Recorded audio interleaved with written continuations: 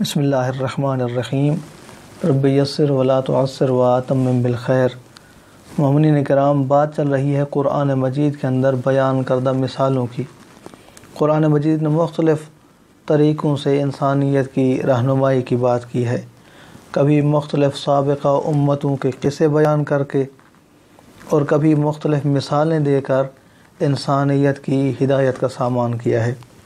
تیسری مثال جو قرآن مجید کے اندر ذکر ہوئی ہے وہ مچھر کی ذکر ہوئی ہے، اور قرآن مجید نے اس حوالے سے ببانگ دہل یہ بات کی ہے کہ اللہ کو شرم محسوس نہیں ہوتی ہے، اس حوالے سے جھجک محسوس نہیں ہوتی ہے کہ وہ مچھر کی مثال کو بیان کرے۔ مچھر حقیر حیوان نہیں ہے، پست حیوان نہیں ہے۔ اس حوالے سے امام جعفر صادق علیہ السلام کا ایک فرمان موجود ہے تفسیر مجمع البیان کے اندر، مرحوم طبرسی کی تفسیر، اس کے اندر امام علیہ السلام نے بیان کیا ہے کہ اللہ نے ہاتھی کو بڑے جسم کے ساتھ جو کچھ عطا کیا ہے وہ سب کچھ مچھر کو چھوٹے جسم میں عطا کیا ہے۔ اللہ نے ہاتھی کو بڑے جسم میں سونڈ عطا کی ہے تو مچھر کو چھوٹے جسم میں ایک چھوٹی سی سونڈ عطا کی ہے۔ اللہ نے ہاتھی کو مکمل نظام عطا کیے ہیں، نظام تنفس، نظام انہضام، نظام تولید، وہ سارے کے سارے نظام مچھر کے اندر بھی پائے جاتے ہیں، نظام تنفس و نظام انہضام و نظام تولید۔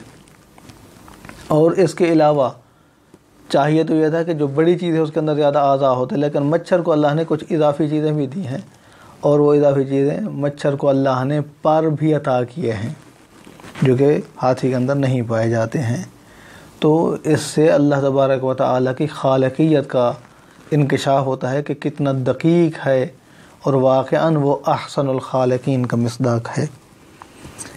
ارشاد رب العزت ہوتا ہے بسم اللہ الرحمن الرحیم، ان اللہ لا یستحی ان یضرب مثلا ما بعوضۃ فما فوقہا، کہ اللہ اس چیز سے شرم محسوس نہیں کرتا ہے کہ وہ مثال پیش کرے مچھر کی، فما فوقہا یا اس سے بڑی، اس سے بڑی سے مراد یعنی مچھر سے بھی چھوٹی مثال اگر اللہ پیش کرے، یا ہو سکتا ہے کہ ایک احتمال یہ بھی ہے کہ مچھر سے بڑی مخلوقات کی بھی اللہ مثال پیش کرنے سے شرم اور حیا اور جھجک محسوس نہیں کرتا ہے کہ جب وہ ہدایت کو بیان کرنے کے لیے ہے۔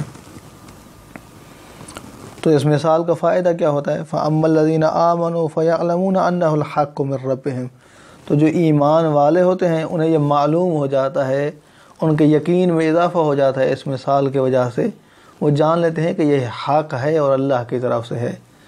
اور جو مخالف ہوتے ہیں ان کا کام ہوتا ہے اعتراض کرنا، تو وہ اعتراض کرتے ہیں کہ اللہ نے یہ مثال کیوں دی ہے، جیسا کہ ایسا کیا گیا اور انہوں نے اعتراض کیا مخالفین نے کہ مچھر کی مثال اللہ نے کیوں دی ہے، کیا مچھر کے علاوہ کوئی اور جانور نہیں تھا کہ جس کی مثال دی جائے۔